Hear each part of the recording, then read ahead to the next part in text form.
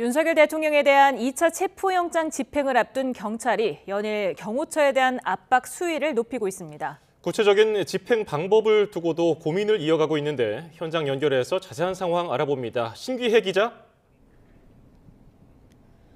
네, 경찰청 국가수사본부입니다. 네, 경찰이 경호처 압박 수위를 점차 높여가고 있다고요. 네, 경찰 특수단은 오늘 1차 체포영장 집행 당시 집행을 방해한 26명의 신원을 확인해달라는 공문을 경호처에 보냈다고 밝혔습니다.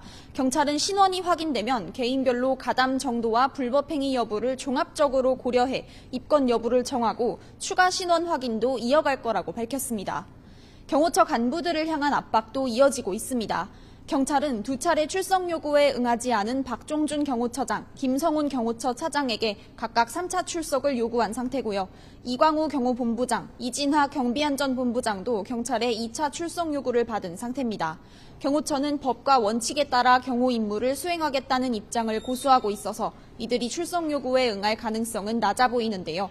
경찰이 경호처 간부들을 상대로 체포에 나설 가능성도 커지고 있습니다.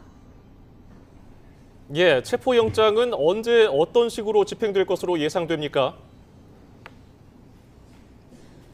네, 아직 경찰과 공수처가 윤 대통령 체포영장 재집행의 일정이나 방법에 관해 구체적으로 논의하지는 않은 거로 보입니다.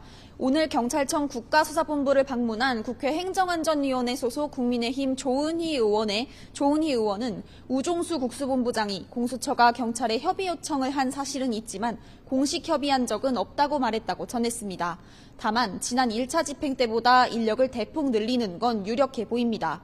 앞서 체포영장 집행을 막기 위한 경호처의 저항이 거셌던 데다 며칠 사이에 관저에 철조망이 설치되는 등 경계가 강화되고 있기 때문입니다. 형사기동대 등 기동력과 실전 경험을 갖춘 인원들이 대거 배치될 것으로 보이는데요.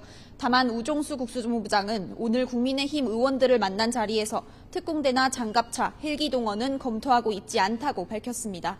지금까지 경찰청 국가수사본부에서 YTN 신기혜입니다.